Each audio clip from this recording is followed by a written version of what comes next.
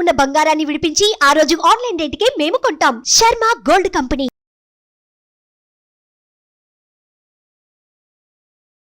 నమస్కారం, సుమన్ టీవీకి స్వాగతం. ద్వాదశ రాశుల వారికి ఈ మే మాసం అంతా ఏ రకంగా ఉండబోతుంది, నవగ్రహాల స్థితిగతులు ఎలా ఉన్నాయి, ఎటువంటి ఫలితాన్ని అందిస్తున్నాయి అనే విషయాన్ని తెలియజేసేందుకు మనతో పాటు ఉన్నారు జ్యోతిష్య రత్న, జ్యోతిష్య చక్ర వైభవ నిపుణ డాక్టర్ రాళ్లపల్లి రవికుమార్ గారు మనతో పాటు ఉన్నారు. గురుగారు నమస్కారం అండి. నమస్కారం. గురుగారు, ద్వాదశ రాశుల వారికి ఏ రకంగా ఉండబోతుంది మే మాసం అంతా అనే విషయాన్ని తెలుసుకునే ముందు నవగ్రహాల స్థితిగతులు ఏ రకంగా ఉన్నాయి వాళ్ళ మొత్తం అంతా కూడా. రవి గ్రహం వచ్చేసి మనకి వృషభ రాశిలో ఉన్నారు. అలాగే కుజుడు వచ్చి మనకి మీన రాశిలో ఉన్నారు. అలాగే రాహు వచ్చేసి మనకి అదే మీన రాశిలో ఉన్నారు. అలాగే గురువు వచ్చి మనకి 1 మే నుంచి గురువు మారుతున్నాడు కాబట్టి గురువు మనకి వృషభ రాశిలో ఉన్నారు. అలాగే శని స్వస్థానమైన కుంభరాశిలో ఉన్నారు. అలాగే శుక్రుడు వచ్చేసి మనకి మేషరాశిలో ఉన్నారు. కొన్ని రోజులు మే 15 తారీఖు తర్వాత నుంచి మటుకు వృషభ రాశిలోకి వస్తాడు. అలాగే ఆఖరిగా వచ్చి బుధుడు వచ్చేసి మటుకు మనకి వృషభ రాశిలోకి వస్తాడు. ఇప్పుడు మనకి నర్మదా నది పుష్కరాలు కూడా స్టార్ట్ అండి 1 మే నుంచి. మనం ఎప్పుడైనా సరే ఒక రాశి నుంచి ఇంకో రాశికి గురువు మారినప్పుడు ఎలా చూసుకోవాలంటే, పుష్కరాలు ఎప్పుడైతే ఆరంభం అవుతాయో ఆ రోజు నుంచే మనకి గురువు ఒక రాశి నుంచి ఇంకో రాశిలోకి మారుతున్నట్టు అన్నమాట. బట్ 1 మే నుంచి మటుకు మనకి వృషభ రాశిలోకి గురువు ప్రవేశించాడు. ఈ సంవత్సర కాలం అంతా కూడా మనకి కేవలం ఒక సంవత్సర కాలం ఉంటాడు. సంవత్సర కాలం. అందుకే 12 రాసులు కాబట్టి 12 ఒక్కొక్క సంవత్సరం కలిపితే పుష్కర కాలం అంటారు మనం.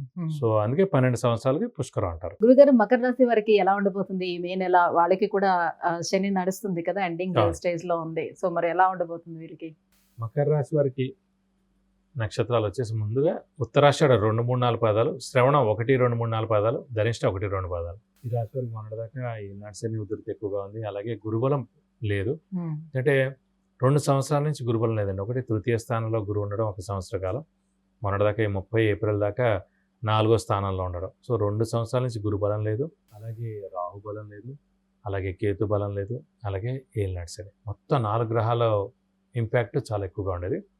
దేవుడిదల 1 మే నుంచి మనకి గురుబలం పరిపూర్ణంగా ఉంది. అలాగే రాహుకేతులు కూడా తృతీయ భాగ్యస్థానంలో చాలా బాగున్నారు. ఏలినాటి శని కూడా వెళ్ళిపోతుంది ఇంకా నెక్స్ట్ ఏడాది ఏప్రిల్తో. కాబట్టి వెళ్ళిపోతే ఖచ్చితంగా ఈ సంవత్సరం మేలు చేస్తుంది. కాబట్టి ఖచ్చితంగా ఈ రాశి వారికి పట్టిందల్లా బంగారం చెప్పుకోవచ్చు. శ్రమ, కాలం, ధనం వ్యర్థం కాకుండా ఉంటుంది. అవసరానికి డబ్బులు సమకూరుతాయి. రావాల్సిన బాకీలు వసూలు అవుతాయి. షూరిటీస్, స్పెక్యులేషన్స్ కలిసి వస్తాయి. షూరిటీస్ పెట్టవచ్చును, స్పెక్యులేషన్స్ కలిసి వస్తాయి. మధ్యవర్తిత్వం వహించవచ్చును. అలాగే వ్యాపారస్తులకు పట్టిందల్లా బంగారం చెప్పుకోవచ్చు. అలాగే అవివాహితుల వివాహం, సంతానం లేని వారి సంతానం, నిరుద్యోగుల ఉద్యోగం, ఉద్యోగస్తులకి ప్రమోషన్స్, అలాగే ఉద్యోగస్తులకి నేమ్ అండ్ ఫేమ్, బాస్ నుంచి మన్నన, ఫారెన్ టూర్ విజిట్స్ ఇవన్నీ కూడా పొందుతారు. అలాగే రాజకీయ నాయకులు ఎవరైతే ఇప్పుడు పోటీ చేస్తున్నారో, ముఖ్యంగా ఎంపీగా కానీ లేదంటే ఆంధ్రాలో ఎమ్మెల్యే కానీ పోటీ చేస్తున్నారు, వాళ్ళు ఖచ్చితంగా నెగ్గేందుకు అవకాశాలు ఎక్కువగా ఉన్నాయి. ఎందుకంటే 5వ స్థానంలో గురువు ఉంటాడు కాబట్టి ఖచ్చితంగా నెగ్గుతారు.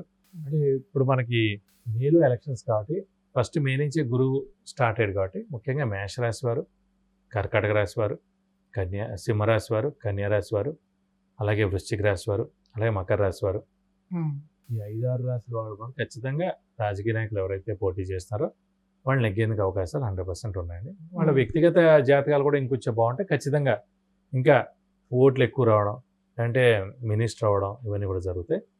కాబట్టి ఈ 6 రాశులు మటుకు ఖచ్చితంగా బాగున్నాయండి. వీరు పోటీ చేసేవాళ్ళకి చాలా బాగుంటుంది చెప్పుకోవచ్చు. మకర రాశి వారి మటుకు ఇంకా పెద్దవాళ్ళు, చిన్నపిల్లల ఆరోగ్య విషయం కూడా చాలా బాగుంటుంది.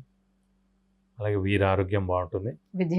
విద్యార్థులకి సువర్ణ అవకాశం అని చెప్పుకోవచ్చు. మంచి ర్యాంకులు సాధిస్తారు. మంచి యూనివర్సిటీలో సీట్ పొందుతారు. అది ఫారెన్ అవ్వచ్చు. ఎందుకంటే ఏలినాటి శని నడుస్తుంది కాబట్టి స్థానచలనం కూడా ఉంటుంది. కాబట్టి విద్యార్థులకి స్థానచలనం అంటే కనుక ఫారెన్లో మంచి యూనివర్సిటీలో ర్యాంక్ సాధించడం ద్వారా అక్కడికి వెళ్ళి చదువుకునేందుకు అవకాశాలు ఎక్కువగా ఉన్నాయి. అలాగే ఏలినాటి శని నడుస్తుంది కాబట్టి స్థానచలనం ఉంటుంది.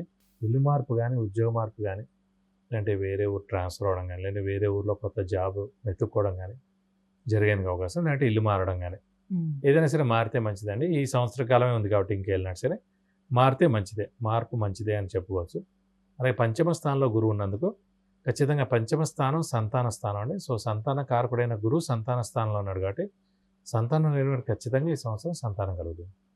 అలాగే సంతాన స్థానంలో గురువు ఉన్నందుకు ఈ మకర రాశి వారు ఎవరైతే ఉన్నారో వారి సంతానం కూడా చాలా అభివృద్ధి చెందుతారు ఈ సంవత్సర కాలంలో. అంటే ఈ మకర రాశి వారి సంతానం ఎవరైతే ఉన్నారో వారికి ఉన్నత విద్య రావచ్చు, అలాగే పెళ్లి కాకపోతే పెళ్ళి అవ్వచ్చు, సంతానం కూడా సంతానం కలగవచ్చు, అలాగే ఎవరైనా వాహనం కొనాలనుకుంటే కొనవచ్చు, బంగారం కొనవచ్చు, అలా ఇంటికి కొత్త వస్తువు కూడా కొనేందుకు అవకాశం ఉంది.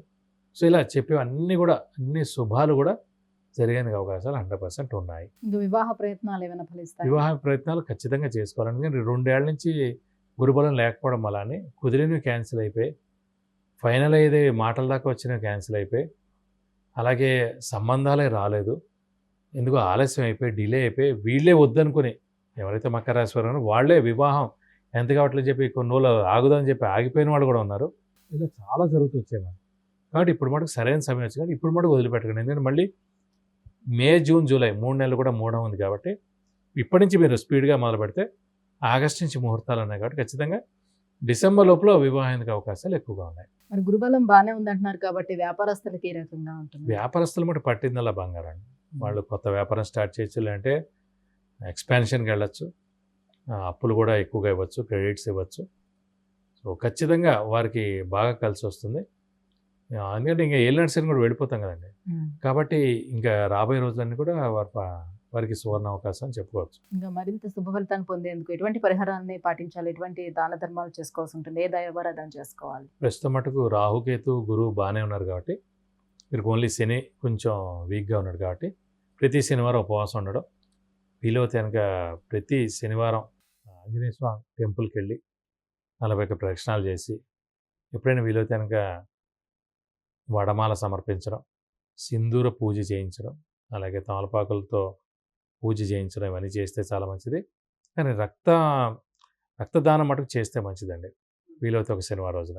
అంటే మనం సాధారణంగా ఏలినాటి శనిలో అనారోగ్య అవకాశాలు ఉన్నాయి, చిన్న చిన్న దెబ్బలు తగలడం, యాక్సిడెంట్ అవ్వడం జరుగుతుంటాయి.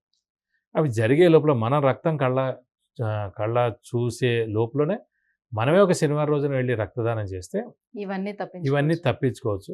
వారికి ఎవరికో బాగా ఎమర్జెన్సీ ఉంటుంది, వారికి మన ఈ బ్లడ్ ఎక్కించడం ద్వారా వారు బయటపడతారు, అవుట్ ఆఫ్ డేంజర్ అని అంటారండి డాక్టర్స్. సో అతను భార్య, పిల్లలు, వాళ్ళ తల్లిదండ్రులు, వీళ్ళ తల్లిదండ్రులు అందరూ కూడా మా వాడు బయటకు వచ్చాడు, చాలా థ్యాంక్స్ దేవుడా అని అన్నారు అనుకోండి, అది మనకే డైరెక్ట్గా వస్తుంది. ఎందుకంటే మనం రక్తం ఇచ్చి కాపాడాం కాబట్టి.